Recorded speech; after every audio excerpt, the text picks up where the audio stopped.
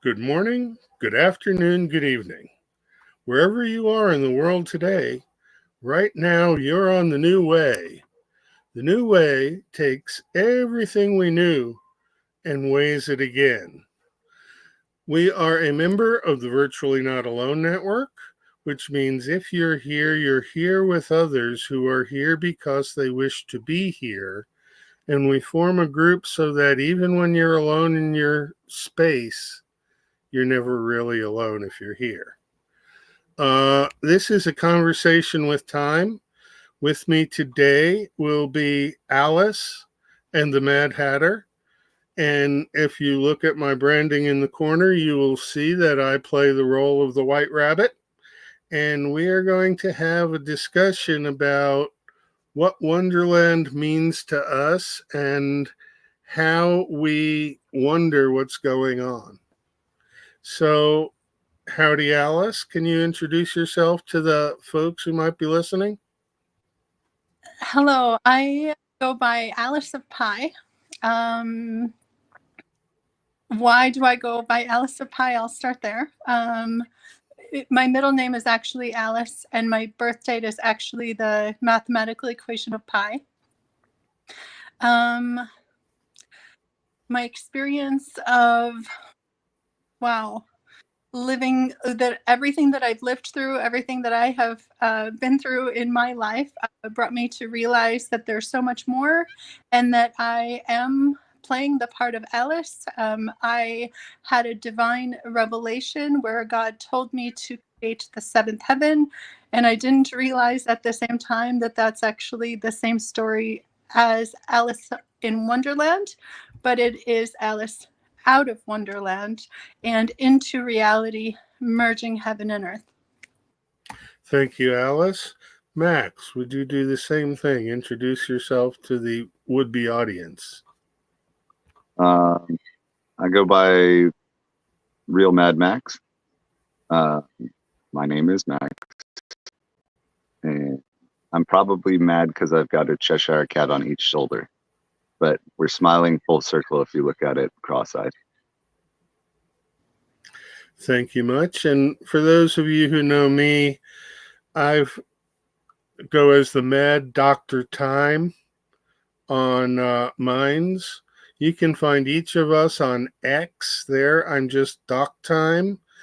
But now that we are introduced to y'all, we're going to have a conversation about how we can get there from here through the looking glass or through the reality that we get to shape because it's our minds that create things.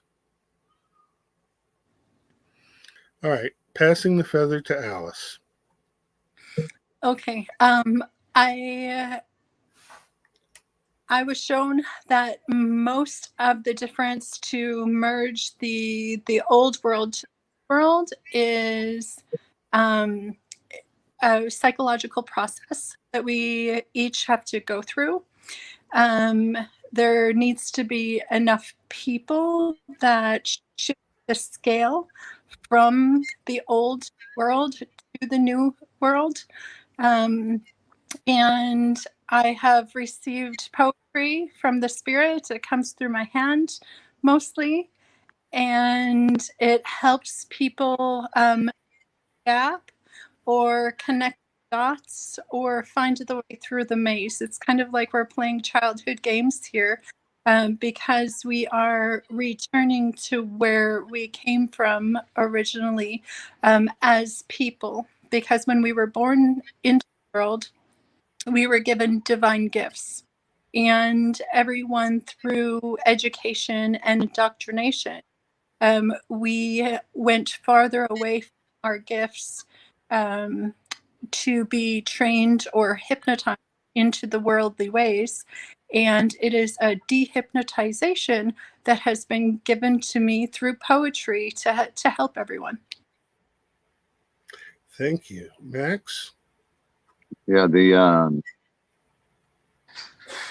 unwinding the lies that have been told is crucial. I find a lot of benefit from Alice's poetry in that it's eloquent and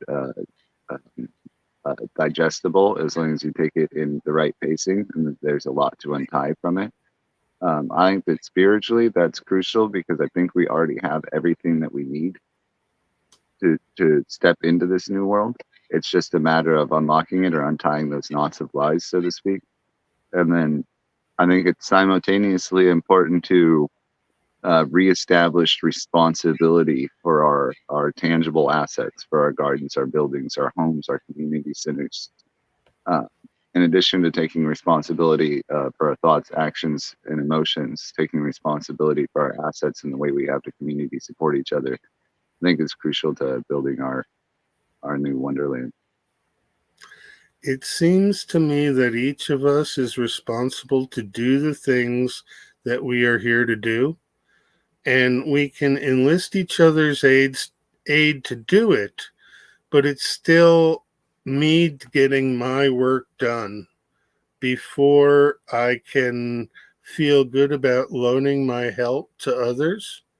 But my work now is to build groups in a way that organically they form together to enable each of us to support all of us.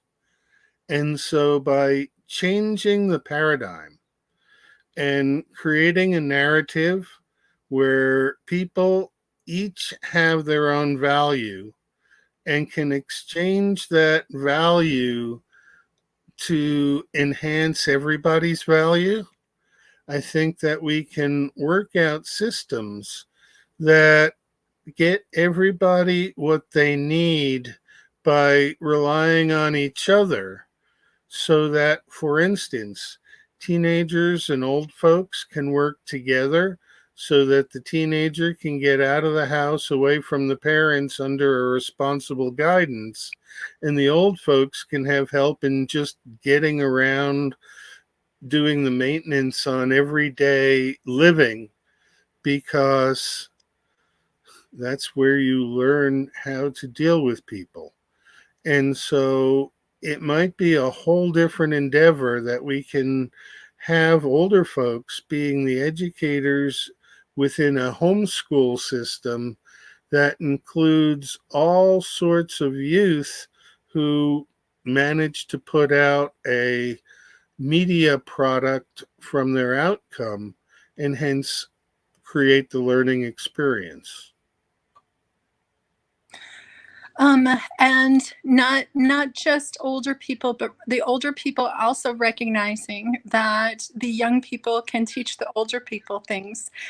Just like I shared before, we come into the world really as geniuses, and so we're taken out of our genius role the more that we are educated or indoctrinated into the world. So it's a merging of everything. We are really just shifting the mindsets, and in this it's a new world that we're creating. Okay, and so was created there. It was the discovery of the new world, right? The new land. Everybody was so excited to go to the new land and to develop it, right, to grow and expand.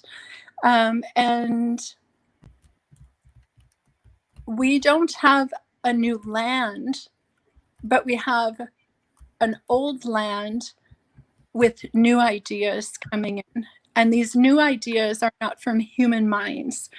It is from the heart. We see that there's a better way to experience our reality.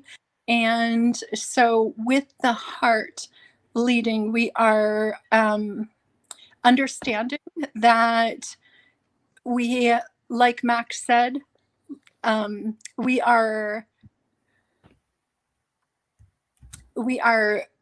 dissolving a lot of the systems because we have everything that we need, and we are using what we have in a better way. We're seeing that there's a better intention to move forward. with the material that we have. And that's part of what drives that Hatter mad, is that the cognitive dissonance between repurposing what's current and guiding those who are searching, combined with the clear indication that things need to be repurposed relatively immediately in order for things to work as smoothly as possible, creates a level of cognitive dissonance where, like Doc was saying, yes, we all need to do our work first, but it gets a little bit complicated now, because is my work building the team that does building the team that can do what needs to be done once the shift is made, or is the work actively shifting ahead of time in the meantime? There's a cognitive dissonance that goes in a circle there. Now, it's completely possible when we step into our like divine minds to merge both of that cognitive dissonance into true production. But thinking about it logically these days is quite challenging. Like, how do you actually save a burning ship? Like, who's supposed to be putting out the fires so that there's enough time to build the rafts out of the remaining planks? And at what point does everybody just switch over to start building planks because the ship's a lost cause? There's a challenge here. I mean, it's not, metamorphosis is not a simple process. If I can interject here, part of this process is through trust, understanding that we are doing what we are doing, like a spiritual calling or divine calling, and not everybody will understand the specific language that I'm using, but understanding that we are being moved in our lives to create a better way. So with that, it's in I trust myself. I trust my experience that I'm having, and I know that at the same time, other people are also having these experiences, and they're being called to create the new way in their own version. I'm just because I'm doing poetry doesn't mean that everybody needs to do poetry, right? Not everybody is called for that same thing. Some are boots on the ground doing even conversations or creating new ways. I really like the technology that's being developed. Some people are being called for that to replace the jobs, many of the jobs. It's this thought gets to be scary for some people because they're like, oh, job elimination, that's not good. But this is the goal in the long run, is to take away these tedious jobs so that everybody can create from their natural talents. And so trusting that each person is in their exact place that they were called to be, and then just doing what we are called to do. Our work is not necessarily our jobs. And I think people have been trained to be monkeys, hamsters on a wheel, trying to be just the do everything, get everything. I can go out there and play that game, but that game isn't really working for anybody. And I think that each of us, as we meet more people who are done with the system, will start forming groups in which we have like desires to get to.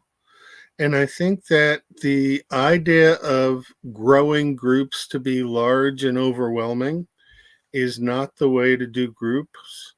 Group theory says that small active groups where everybody gets to participate can come together and form larger groups when the call is to work on a larger scale. But just like we individually need to own our own lives, we, with the groups we work in, need to create a function for that group that when it comes time to do that function, the group is there with experience and knows what to do. I see a lot of apprenticeship training where 2 or 3 or 4 people can get together and do a project or have a short-term goal that bonds the experience. And I know that there's plenty of things out there that form bonding moments for people. But right now, everybody is isolated and they are alone. So, are virtually not alone is forming groups where people have common interest. And now I'm starting to merge people from different groups to come in and work with each other because they're saying the same things using different words. And it's going to take time to develop a language vocabulary where the words in context to their real meaning are accepted by all. But that's just the way it has to work. We have to be comfortable in ourselves, in our own jacket, and then comfortable in groups of 3 to 5 people where we can express what we have to say, despite the fact that we're not necessarily in agreement to be. We don't have to be in agreement. We just have to be supportive. And we have to be in some ways critical of each other in order to really understand why we're doing this. And the reason we're doing this is because we love life. We like being alive. And the whole game is not so much to do anything, but to create a situation where everybody can feel the same volume of love because they're part of a group that's working to do something. And at the maximum we can get to, that group will include all of humanity. But at the moment, we really don't need to worry about all of humanity. We only have to make sure that the people who are looking for something like this find what they're looking for. And that's why the multi-platform communication is super valuable. I agree with the more focused groups as having a lot more potential of accomplishing anything. And it is fun just to get together in big groups sometimes without too much of a focus, just to kind of demonstrate an amount of cohesiveness, even if it is virtually. But yeah, a lot of groundwork is being laid by a lot of people in ways that I think is going to be unexpected to people that aren't doing the groundwork. I'm glad I found X Spaces the way I did, because I wouldn't have been ready for the increased volume of activity if I hadn't actually gotten to meet our friend Madness and then collect in the group that I can see is the group that we are representing here today. There's so many people who have their voices who just speak, that in the format of a or of an X space, we can have up to 11 people in the room who have a hot mic. And what gets said fast and furious, not like here where we can take our time and delve deeper. But they are complementary forms to each other. And as we learn to use different forms of expressing our voices, I remember when the only way you could talk online was through a blog. And there were all sorts of blogs in 2008, 2005, 2002. And then 2009 came along, and suddenly blogs caught the attention of the moneyed elite. And so Google bought Blogger, and it changed from having 10,000 people following me to not having access to any of my Google accounts. And so I decided, okay, I can play that game. I won't ever use Google again. Little did I know, 2017, Google ends up being the operating system for Android phones. and everybody must have a Google account. And we think Google has provided this information that gets the society moving, whereas Google has provided the information that gets the society moving. And so it's not valid information. A lot of what they've done is they've taken opinion and made it fact, and taken fact and just buried it to where you can't even find it with a Wayback Machine. So we're not even going to try and go there anymore. We'll just create the wonderland as we see fit.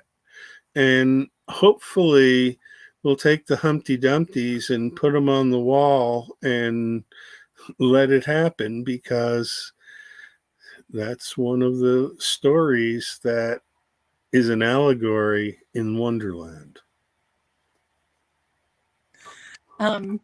Yes, you said so much there. The reason, the reason I'm here and connected is because in poetry I've written the philosophy of life.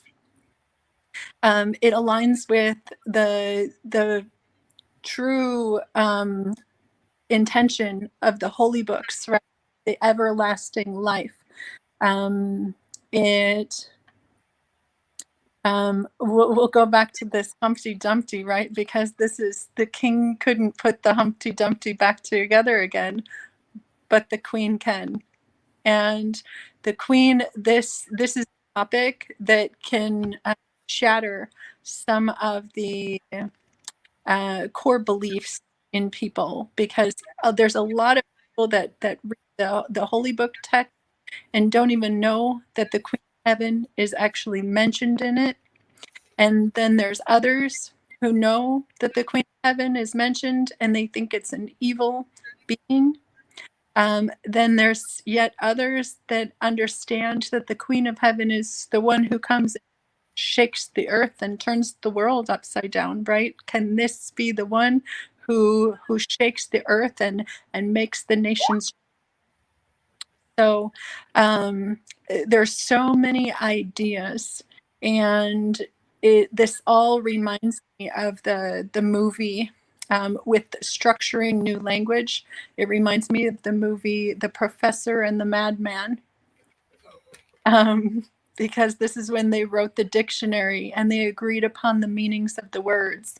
And since the dictionary was written, we have so many different meanings of words. Some of the words that we have in the English language, they have two definitions and they're completely opposite of each other. So this would be one of the microcosms of what is called the Ouroboros, where the snake eats its own tail. So even in words, and this just goes to unlock this, it's the microcosms and the macrocosms are in alignment, and that's how you know that you are seeing things with clarity.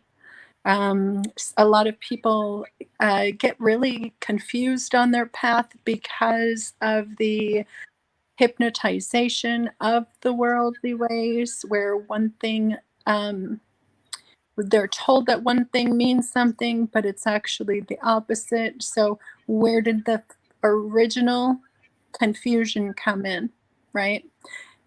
Why did the original confusion come in?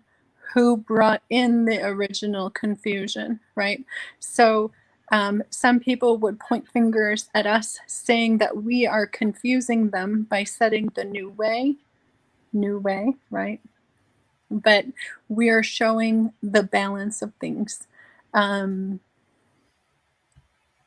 There is so much to see, and many people have had their experience. I'll say one of the Bible verses here.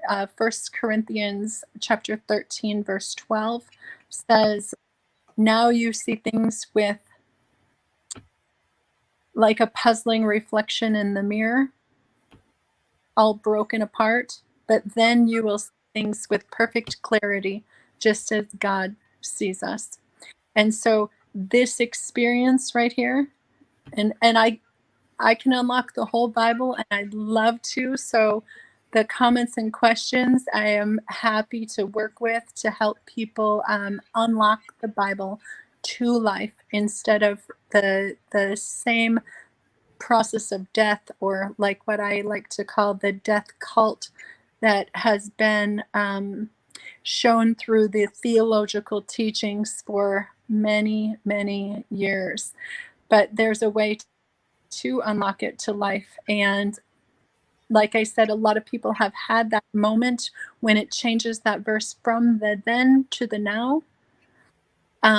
But there's a block that comes back if you're working in the churches. They say, no, you can't have it yet. We have it all together. But that's not true either, according to the Bible. So yes, it's quite beautiful when we can see our moment and trust ourselves with our experiences that we have had in order to get the understanding that we were destined to have. Yeah, the Bible is one of many high quality maps to Wonderland that make no sense until they make sense. There's actually lots of different references that we can take, and they all bear truth if we're listening on the proper frequency. But at this point, we've got people whose frequencies are off balance because there's no transcendent frequency that underlines things. The balance of life is scheduled on a clock and a calendar, neither of which are attuned to individual human beings. And so we're forced into a system that's totally non-resonant. Whereas my work in group theory has set up a 64-day grid as a calendar that is independent of the calendar itself, but works to phase lock people into a system where they could be massing their mass one strong and then flowing and forming and doing things that make sense in a rhythmic basis. Instead of having a 7-day week, we have an 8-day strong, and things can ramp up and then ramp down more in the nature of what a single wavelength would be. But the concept of wavelength and the concept of frequency are related by the concept called time. But time is measured in frequency, and frequency is measured in time. And the net effect is that neither one makes any sense in the way it's been explained to us. And so getting off the calendars and getting onto the grid will ease people's ability to at least rationalize how time can make sense. And by setting goals for each grid, one on a personal level, one on a big scale, we can effectively have different people working at different scales and save our time by the use of symmetry and by distributing both the products of what we're doing and the work that needs to be done to get there from here. Yeah, I'm working on incorporating the strong grid into a way of balancing out my schedule. I feel like it's going to be a good way for me to look at scheduling without the cognitive dissonance of the current calendar. What we might want to do just for fun is figure out what day the election will fall on so that we can sort of work the calendar sequence to get the most out of your power and love strongs. Absolutely. I'm still waiting till tomorrow to think too hard about this, though. This is this is the eve of it. I guess technically I could have filed today, but I will make a calendar presentation that explains all of this. In fact, I have made several of them, but they're buried in the volume of things that were put out in the media in the past. Yeah. And there's so much individual media now that we all put out that even going back and finding what we said a couple months ago, it's almost easier to create new media than it is to mine the old media. Yep. It also provides an interesting allegory because mining at every different scale right now is broken. And instead of ripping holes in the earth, we could just dig up landfills and get the same amount of metals because the landfills have been used to remove valuable materials from the stream in order to churn the earth to make new materials. And the earth is a living being and does not like being churned and dug up. And so we got some science that we've been taught that really needs to be corrected because it's non-scientific. But that'll come in time as we have people who have the interest in getting it right. And that won't come easy and it won't come quick, but it will come.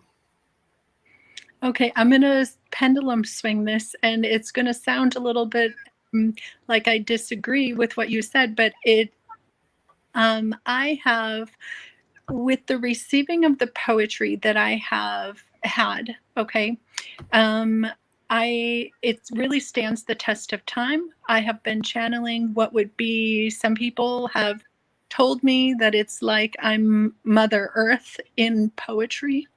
And so when you say that Mother Earth doesn't like to be dug into, well, the poetry does. It's like a treasure hunt that you find here, okay? And so I started putting the poetry in a like a permanent format about a year ago, just a little over a year ago.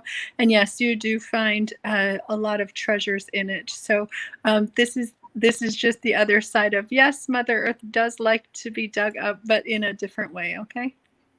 No, I like it. Yes. I got a good allegory on it, or a good bridge on this one. So say instead of sharing your poetry in reverence of the meaning, if I went to somebody and I said, oh, here's this vast library of poetry, I'll give you a penny for every A you can circle. And you just went through and circled all the A's, got your $5. That's what the churning of the mining is. Way different than when you're out in the garden digging a tunnel into Wonderland. Does that make sense across the bridge? Because I see both the ways of seeing this truth. Yeah, I see it. There's all sorts of ways at looking at things, and none of them is incorrect. None of them is correct either. It's one of those things that we all have to have a perspective, and the different perspectives that we have really broaden the picture for all of us. It doesn't diminish any of us or the work that we do. And so we will take the time to figure out how to get the poetry that's published and collected into the hands of the people who will enjoy reading it and then taking action because they were motivated by reading it. And I think that one of the toughest things I'm coming across in the group theory is I'm good at measuring quantity, but I'm not very good at measuring quality. And coming up with measures of quality are an important thing that is necessary. Nahama, you know Alice and Max? Yes. At least through X. And welcome to the space. We're talking about Wonderland and the idea that we can create Wonderland here in this format that we are doing just by doing what each of us do and by not interrupting what other people are doing for our work, but by complimenting everybody and really taking our virtually not aloneness and spreading it out to people who don't even have the ability to right now to not be alone. And so everybody has introduced themselves briefly. Why don't you take a shot at telling the audience who you are, and good to have you here. Thank you, Lenny. Okay, I'm Nechama.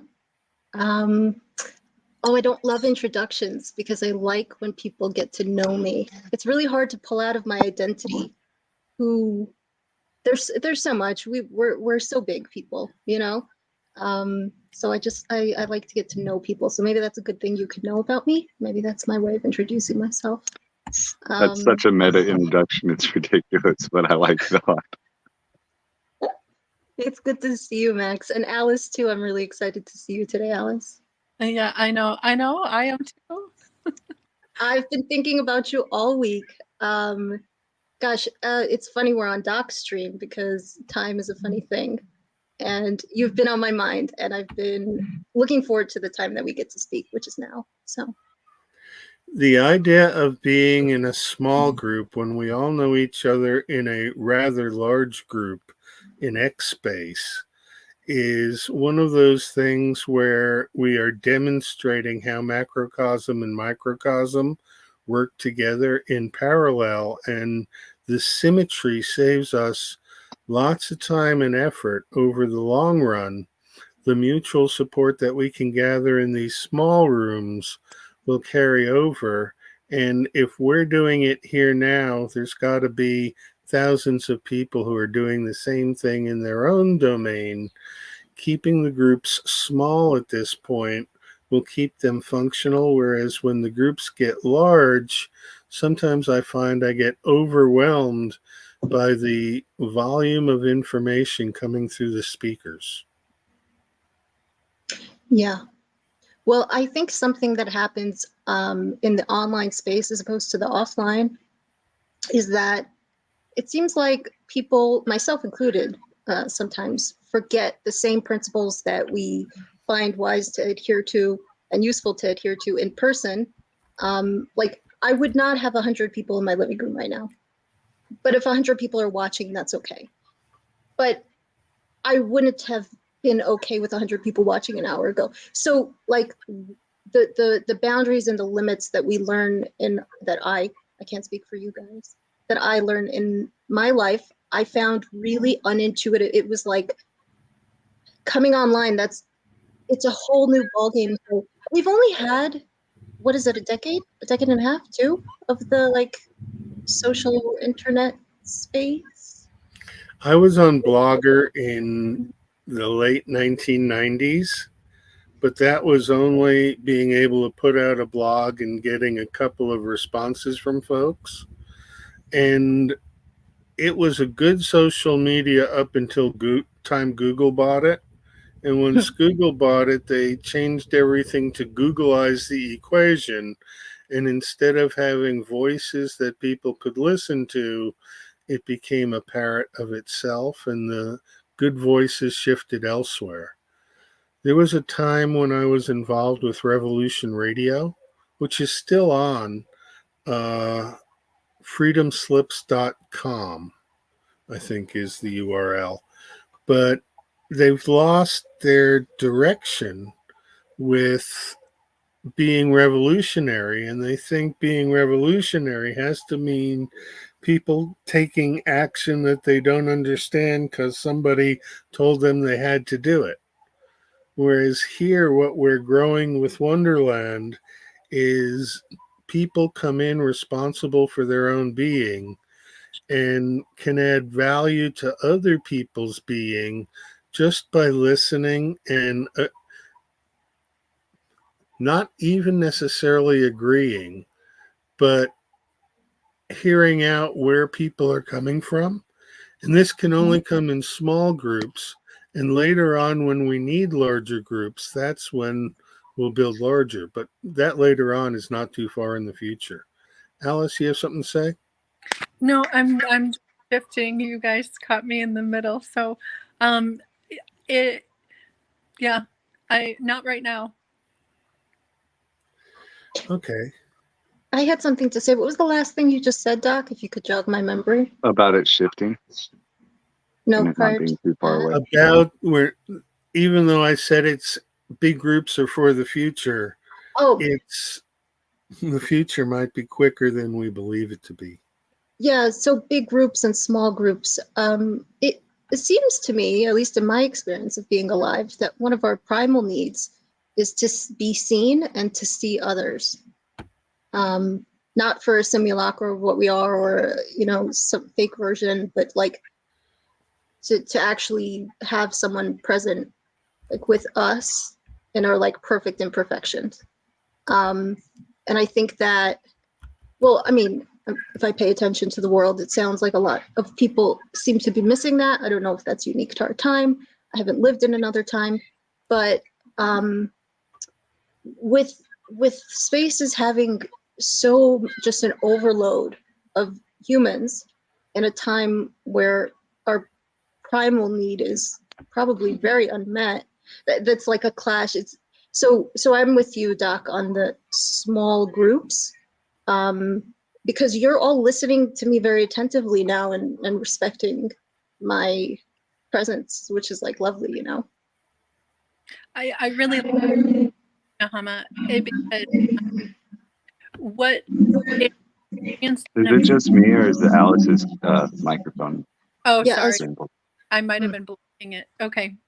So Nahama, what you said is really important because when you're in a large group, you're getting so much pushback, right? Instead of it's basically like you can take 2 steps forward and then you have to take 5 steps back, right?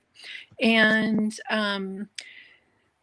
the way that many perspectives see things is that there are rulers ruling over us and that we need to fit inside of a box. And here we are in this group. This is how I see it in my perspective. We are changing the entire paradigm. We are, instead of starting or having to stay within a box, we've already gone out of the box. We've experienced the box and we're circling, or yes, we're sphering the cube. Okay, so we're creating the new way already. And so I don't feel like we have to go backwards when we're in this type of environment, this type of chat, because there's a build that we're doing, and most of the build is helping people mentally, right? And the more these small groups allow because I've done one-on-ones with people and people just need to hear it in my voice that yes, it's already happening. Yes, we're creating. You've received an experience and you trust yourself in creating the new way. And here we are building and doing it together. Yeah, that's definitely been my experience, Alice, that frequently once people have a new template but an embodied model of how to do something differently in a way that's like just better results, usually a happier nervous system, a more soothed, calm nervous system, then that's where the incentive will go. Why do anything else? So that's been my personal experience. At least mostly offline. I don't, but I think the same. That's why I like video chat as a medium. And the voice chat is okay. Although Max, like you've been in spaces a lot more than I have, but it's challenging. It is really challenging not having the visual cues. It really is, especially for more like deep-seated communication. Because I'm a firm believer that the words are not the valuable part of communication. The valuable part is using words to wrap around intention to the others. And it is definitely a lot easier to piece together somebody's intention with visual cues as well, even if it is virtual. I still really enjoy running around the playground, shouting noises. I think there's a lot of good in that. I think it's a good way to meet friends and have fun, but not really a great way to like solve emotional problems other than just, I mean, Twitter therapy is sometimes just going out and having recess and playing with your friends. It doesn't really matter what gets said. It's all, not everything has to be working towards this hypothetical task of creating this giant new infrastructure. Like you said, it's already happening. Sometimes we get to just go play. And so that's fun too. But these conversations are definitely a good juxtaposition almost, which is weird because it's not really a contrast. It's interesting. I think that once it comes time where people look at the world and say, I've had enough of this, let's do something different, that this will catch on immediately and instantly because there's enough people in the forethought of bringing it to make it happen. There'll be a lot of people who come in who tell us we can't do this.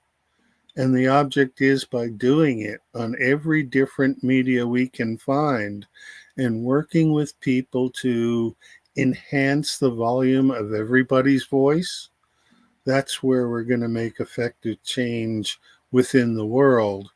And you're totally right, Nakama, in if we embody it, it's more likely to happen because we're leading by example. And everybody can do this. It doesn't require a lot, but it requires that you believe in yourself and have the self-confidence to know that what you're saying is important enough to be heard, and everybody is important enough to be heard. Yeah, one point I want to add on to that, Doc, is with the idea of morphic resonance, like something happening in one place makes it more likely to happen in another place that never had any connection to the first place. I keep this in mind in my behaviors every day and how I speak to people, how I go about my life. I try to the best of my ability, because I'm aware that if there's only an audience of either myself or one, that based on those laws of resonance, I'm shifting. I'm allowing. I'm helping. I'm adding a drop to that wave, which makes my one drop like as if it was as valuable as the whole wave, because everybody who's, you know what I'm saying? It's really powerful stuff. And that's why, you know, my experience of like the last, there's some days that it feels like the whole world has changed, or a week where every day it's like living in a different world.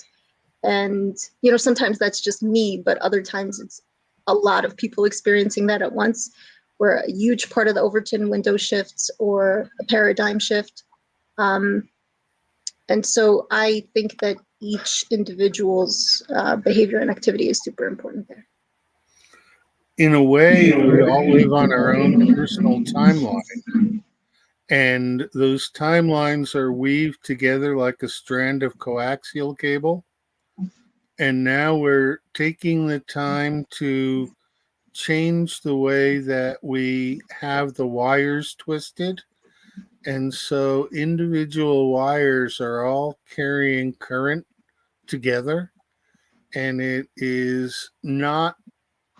can't be plugged by the system because the system has never seen anything like it before. And so by each of us working with all of us and eliminating that muddle in the middle where our being is now tied to our profession, which is tied to how much money we make, which is tied to who we support, which is tied to a system where big groups run by small people are dominant. We can use that to our advantage until it fails, but it will fail. And the less we can bring of the current existence into our visions for Wonderland, the more wonder we'll unleash early on, and wonder is contagious. And so we've now got 4 members of Wonderland on screen, and we had a number of people who have decided that they're in, but they're not in, and playing in the chat. And so we are very effectively growing the resonance of the group onto higher orders. Alice? Madness was trying to call me, so hopefully he comes in here. I don't know if anybody can send him a message. I will. Yeah, I've learned if I press buttons, it makes me disappear. Yeah, exactly. Oh no. Go ahead, Alice. Yeah, I see everything that we're talking about. I'm seeing it in images right now, right? It's I have the metaphors for it. We're rippling out, or there's a Bible verse that talks about that it's just grasshoppers from the beginning, right? So what you were saying with the morphic resonance, this is what was coming to my mind, and we are really filling in the gaps because we're continuing to have the conversations everywhere we go. We have shifted our mindset into creating the new earth, and like Doc said earlier, we're changing our words, we're developing a new language as we're shifting forward, and it's like a snowball that's rolling down the hill, and that snowball is getting bigger and bigger, and each snowflake is another person that we're adding on. And yeah, it's really beautiful to see more and more people coming to realize that all of the stories from our ancestors are to create something better. These promises that were given, and that we're living it right now. We're creating this together. We are the hands and feet that make this happen. We're the voices that are heard to bring it into our reality. Manifest we are. I said, and manifest we are. Ah, yes. We can manifest anything that we desire. And in assessing how groups work, we've got a good way of counting the number of members in the group. That's pretty straightforward. But evaluating the value of the different pieces that we produce, like I'm sure when I go back and watch this, I'm going to be amazed at how much we covered on creating the wonder within people to wonder if they can join us. And good point. I invited Madness. I'm not sure. He's on a train right now. And so it will take a little while probably for him to get a signal figured out. But Lizzie, that's really correct. Lizzie is Mountain Devil. At the moment, we are in the in-breath, where life is an in-breath and an out-breath. And life at different scales is all connected. And I'm beginning to think that what we call human consciousness is not at all human. It's just the way that everything works. And so trees think in the same type of consciousness, but on a different time frame, so that it usually takes me about 45 seconds to a minute of physical contact before the tree will wake up and sense my presence. But that's only on a first meeting. And once I've spent time with an individual tree, that tree once again recognizes me. But the time constant of the trees is very different from the time constant of the humans, but yet it's the same intelligence on the same frequency, and time doesn't have anything to do with it at all. So I got to rethink how it works in a way that we can understand what time is. And the calendars and the clocks that we're given only befuddle us and confuse the issue. I'm not talking about time settings so that we can coordinate to be in the same video produced. I'm talking about the way time operates to create the paradigm within the narrative, or the narrative within the paradigm, or just call it a narradigm, because we're going and cutting some new ground here. And I think that once we get enough different new grounds cut, that'll be the time to come together and sift what people have figured out. And that's when we'll start making the real steps forward. But how long that takes, a lot depends on which human scale we're working on. And we believe a human lives for 80 years and passes on when they get old. But what if that lifetime took 26,000 years? Or what if it just took a picosecond? It would still be normalized to 80 years within that time frame. But each of those time frames are fractal to each other and working on the same narrative with different narratives and paradigms. Awesome. When you were speaking, I was thinking about a verse in the book of Isaiah that says that humans will live as long as trees. Okay. And then you kept on going. And the next image that I got in my mind was that people were tied, basically like a collar, on a tension rope. And the axe came down swinging to release people from their bondage. So, Danger, everybody. We are now in the presence of true madness. Howdy, Michael. How are you doing? Hi, Mike. I'm very tired, but I'm here. I'm present. Thank you, Doc. You made it off the train. I'm between trains. I'm actually I came east apparently, and then I am going back west to see Cam. Cam's my next stop. So you are currently in Illinois? Yes, Gallisburg, Illinois. Yes, sir. Looks What hot an and sunny unusual out there. place to be. Pardon?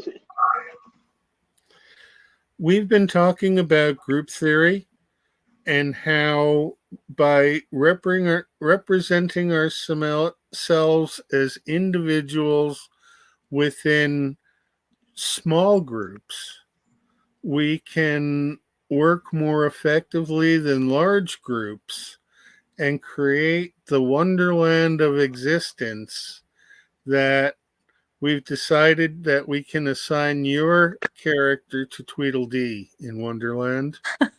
Because you can't be the Mad Hatter. That's Max's role. But you're allowed to change your role at any time. And for the purposes of today, Alice is Alice, and that leaves Nahama to be the Queen of Hearts. Which is news to me. Very I can exciting. always switch up to the Cheshire Cat if the madness needs his hatter back. I can see the grin already. You're supposed to retire this, Max. Don't worry. Yeah. So I want to say something about time.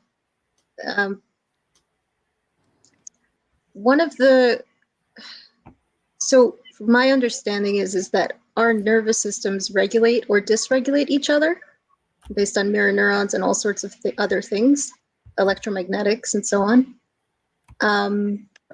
Because of this, personally, I pay attention to who I'm around, when, my own needs. If I'm around somebody whose heartbeat is going really quickly and they're agitated, if I've been exercising and meditating and all this stuff regularly, it can be quite easy for me to maintain my inner rhythm and not get dysregulated or sync with their, well, I don't want to say it's dysregulation, their state. And from my understanding, and I could be wrong about this, is rudimentary understanding, is that our state does influence how we experience time. I've embodied many different states, and I can say that my experience of time has been very different. So yeah, how people interact with each other when I'll find there's a couple little tricks. You could slow down your speech, just slow down your heart rate, and I'll notice often the other person's heart rate will slow down too. But this regulation dysregulation thing, I mean, I think this is a key part of it, because it does have to do with how we're experiencing our time in this realm and the quality of the existence. Sorry, Alice. Yeah. You talked about exercise. Okay. And so what I find too is not just exercising, but what we eat and how much time we spend in nature too. And meditating helps, prayer helps, talking, it's all of these different things. And I think that this can be easily associated to what a lot of people call the chakras, or the energy centers that we have in our body. So I feel, Nahama, before I understood any of the spiritual talk, I hadn't even heard it. It was years ago, and I was talking to my kids, and I just said, "Oh, I'm on the same frequency as Mother Earth." And I didn't even understand what I was saying, but it just came out of my mouth. And so this frequency, this regulation that we're doing, somehow we are connected. The more pure we are with what we eat, and all of these other things. So that's what I see. That's what helps me. I had gone through an experience before of a lot of stress in my life, where I couldn't even meditate. I had a really hard time sitting still, and couldn't count my breath, didn't even know how to sit and take a breath for a while. I was wearing my Apple Watch, and it was funny because the Apple Watch would remind me to breathe practically. So I took that literal, and I was like, oh my gosh, am I forgetting to breathe? And so just, and then not only that, but breathing in the correct way, right? There is a correct way to breathe. It's in our nose and out our mouth, unless we're specifically doing it in a different way on purpose for a short-term period. So this goes back to Genesis 2:7, when God breathed life into Adam through his nostrils. So this going back to purposefully living and purposeful actions in every single thing that we do, including our breath. Wow, what a huge difference that makes. Yeah. I found that if you want to control time, Dr. Seuss had the best way in the places you can go. He had a place called the waiting place. And if you can get into the waiting place, you're waiting for something to happen, and time crawls out to a slow pace. And I learned back when I was in college that if I didn't have enough time to complete an assignment, but I had the intention to complete the assignment, I could start working on it, and somehow I'd finish right at the time that was necessary to be done and get the work in and get the credit for the work. But I work differently than most. I'll do 80% of the work the instant I find that it's my job to do it. And I consider my job now to be living life and creating change. And so 80% of that is there, but the next 20% is going to wait for the incidence of spark that comes about when people start crossing ideas. And once I know what next to do, it'll move us along further down the road. And each of us has that spark in different ways. And so we can do Doc, may it. I just for 1 second? Go ahead, Mike. It's yeah, no, it's important. I don't know how Doc pulled this off, but and I apologize for my the auditory. But anyways, this happens once for the first time right now, and I'm just like extremely grateful to be here with you all because this only happens once for the first time. Yeah, Doc is that cool. The way it works is just the way it works, but none of us are here without the intention of us being here, and that's where here-ness really is.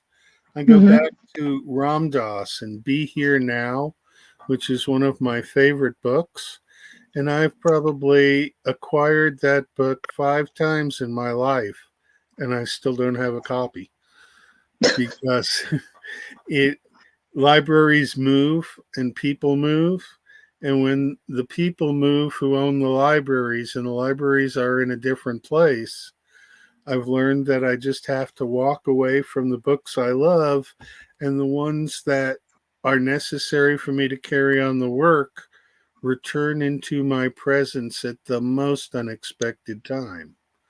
So a lot of the work I'm presenting now, the initial spark of an idea came from a book by Kirkpatrick Sale written in the 1980s called Human Scale.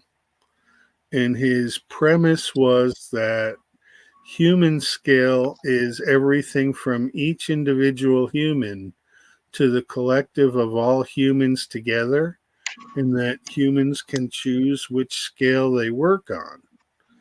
Now, it was interesting because this was written 60 years after Gurdjieff and Ouspensky had developed the fourth way, in which they presumed there were 3 lines that people worked on: themselves, the individual scale, everyone, the grand scale, and then the working scale, which was where you focused your attention for what you wanted to accomplish with your life.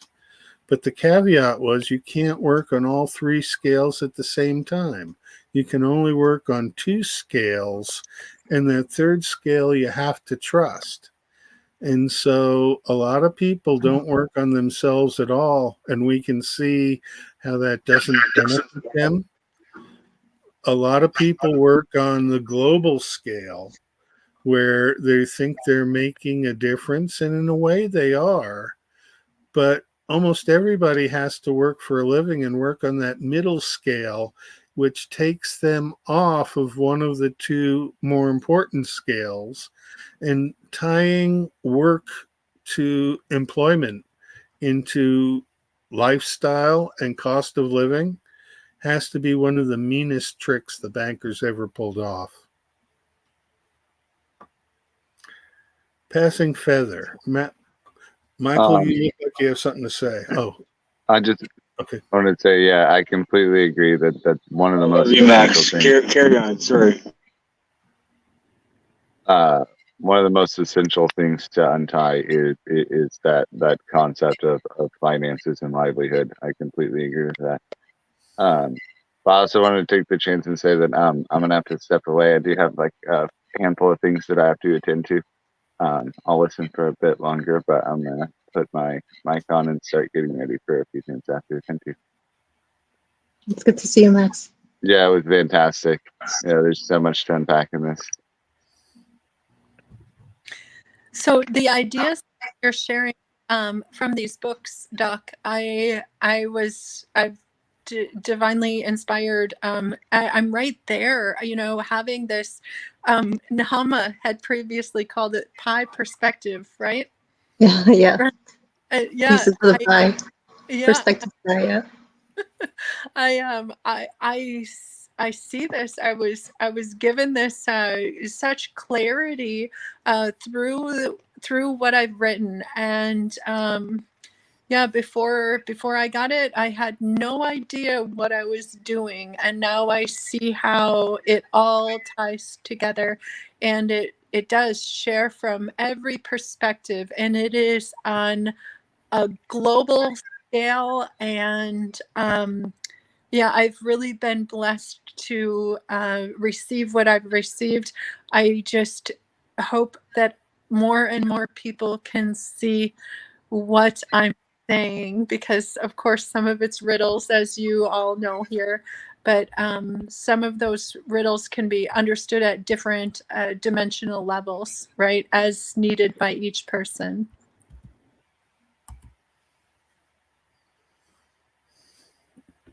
I am really curious. Go ahead. Sorry, go ahead, Mahia. Sorry. If anybody wants to share, because Doc, you said you mentioned what you consider your job to be, and this is a great place to talk about. Well, talk about it a little bit, but I consider my job to be happy and healthy, and so I'm really curious, Alex, Alice, and Mike and Max, if you want to share what you guys consider your jobs to be. Max, do you want to go first?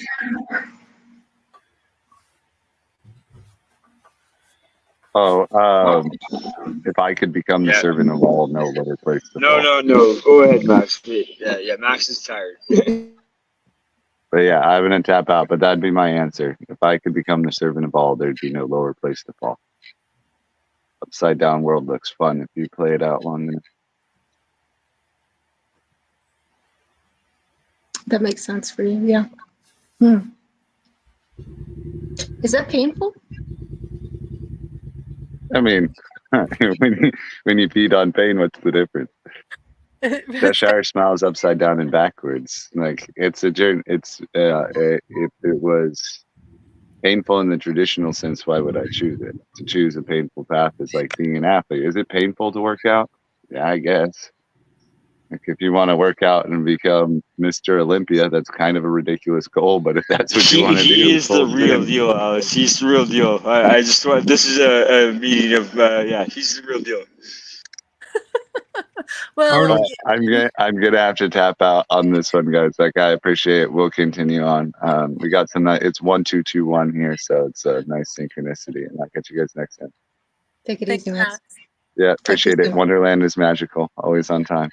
yes, I really relate to what Max just said too, about, you know, a servant of all, and Nahama's question is so wonderful, because for some of my journey, I was feeling the pain that the whole of humanity was going through. I sometimes I was crying and not even understanding why I was crying, because it wasn't about me, but it was the shifting of the mindsets that other people were experiencing. And then I got to understand too, how my words through the poems were affecting other people, and a lot of the words that I say can be seen as triggering words. They trigger people. They trigger people to lash out, to be upset with themselves, because it's a shattering of core beliefs. And every time that I was putting words out, you know, and before I started putting words out, I checked myself. I dug in so deep to myself, and I said, are you sure you're the one that is supposed to say these things? And so I did a full analysis, right, to see the intention that I was doing everything. And I just kept listening, and and testing too with what I was listening to see the big picture, to see if it was aligning with the philosophy of life. So Nahama, my job is to serve people with words. It is to help people dissolve the layers that are not serving them, and to as a reminder that our life is to be lived, and to not focus and count the days to death. It's not even to set parameters for what death is anymore, except for a rebirth. It is that we die every day, that we're reborn again every day as the sun comes up, as the sun sets and comes up again. Grand rising, young lady. Grand rising. Yeah, it is a restructuring of our thought patterns and the way that we use words, the way that we see things. It is I mentioned earlier the original dictionary, right, that was written in the movie The Professor and the Madman, and it's a restructuring of our core belief with life in general, that in the direction of life, when we're focused in that direction, we don't focus on death. We stop focusing on the decay and death and dying, and we go 100% into life. As Lizzie pointed out earlier, the in-breath, which is growth and life, the out-breath, which is death and decay, and we rotate between the in-breath and the out-breath. But I really think that there's something about that death and rebirth every day via sleep that maybe puts us on different timelines at different times, and that when we're cutting edge doing really good work, we're on an extended timeline where that work has time to see it through. But at other times when there's a lot going on and there's massive confusion, that's set on a very short timeline and it doesn't carry long through the narrative. So that when we're doing important work, it does take more time. But since time is always normalized to consciousness, cat or a dog might live 12 years and grow as old as we do after 100. But that's all relative, and I'm not sure that we should be working with relative time. I think we should be working with the importance of maintaining the frequency, and the times will work out for themselves. But that's why I dock time, I guess, is because I think about time way differently than other things.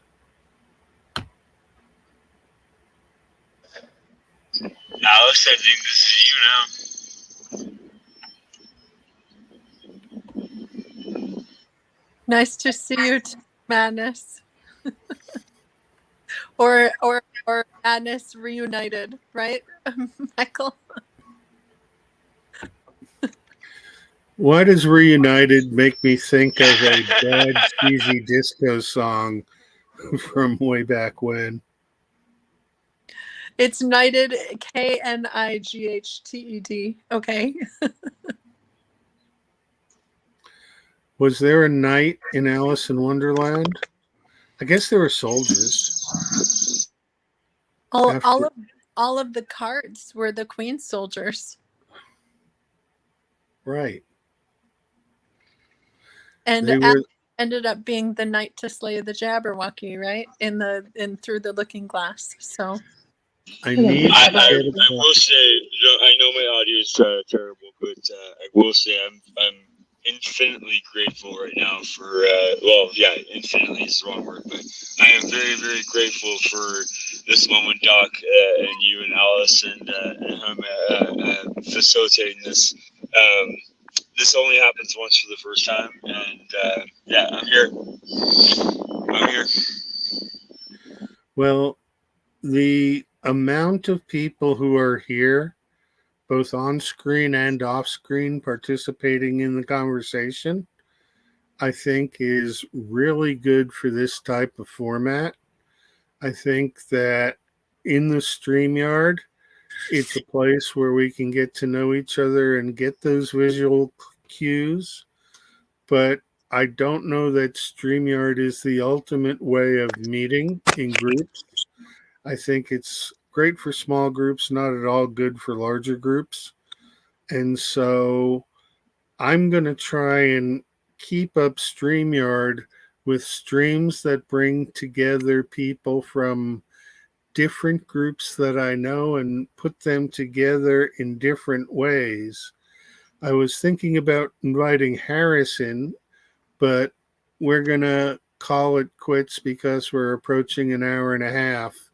And that's about the amount of energetic time I can spend without it starting to detract from other things I need to pay attention to. But I would thank each of you for being here. It really warms my heart. And let's go around and give some final thoughts for those folks in the audience who we love and share with. I'll go first. I just feel really honored to be here. I've been waiting for this kind of connection with people for a very long time, and to get out there and making it happen. We're just creating the next step. So it is so wonderful. My heart has been overflowing through my words, through my poetry. Oh, if anybody wants to check it out, I'll it's under my full name on YouTube. If you don't mind, I'll leave it here. It's Kathleen, Kathleen. Look it up on YouTube. Okay, so Kathleen Alice Mizugi. My last name MC. Put it in the chat, Alice. Put it in the chat. I don't have access to a chat, so Doc is doing it. Doc I see will him help you. typing Doc away. will help you. Kathleen, then what? Alice Mizugi. It's MZOUGHI.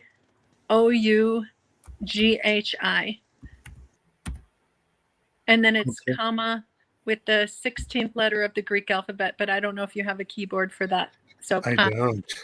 the pi symbol.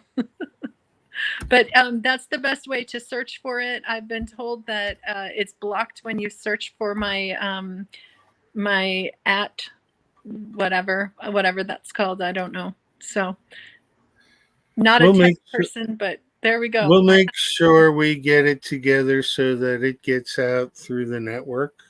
Great. It might not happen right here on this one because I don't have a keyboard that'll do a pi, but Okay.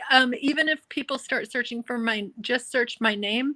It is with spaces in between my middle and my last name. When they search on YouTube, they can find it. So. Can I also link your Twitter, Alice? Yes, please do. Thank you very much. Oh. Yeah, I don't have access to a keyboard or a chat. If I touch any buttons, I get kicked out of here. You too? it's a function of Android phones because I insulted Google. Really? Huh. Yes, Okay. he found it. It's Prophecy of Alice. Thank you so much for sharing that in the chat. Wait a Exactly. second. Oh, I copied a way too long. I love. Okay. Well, I'm really happy to be here. What do I want to say? Do I have anything I want to say? Yeah, I think quality over quantity for me is generally the way I like to go. Because because I don't know what use quantity is. If there isn't the quality that I'm looking for. And quality is subjective to each person. So I'm not going to be the one to tell everyone what that quality is for them. Like there's 100 places I could be now that may or may not be good. You know what I mean? So yeah, quality over quantity. And yeah, Doc, I mean, as far as I like 4 people. I like 2 to 4 personally. 5 is a bit too much for me, although I can tolerate it if it's people I know and love. The love component is important for me keeping my patience, like just to be very frank. You know, I'm a human.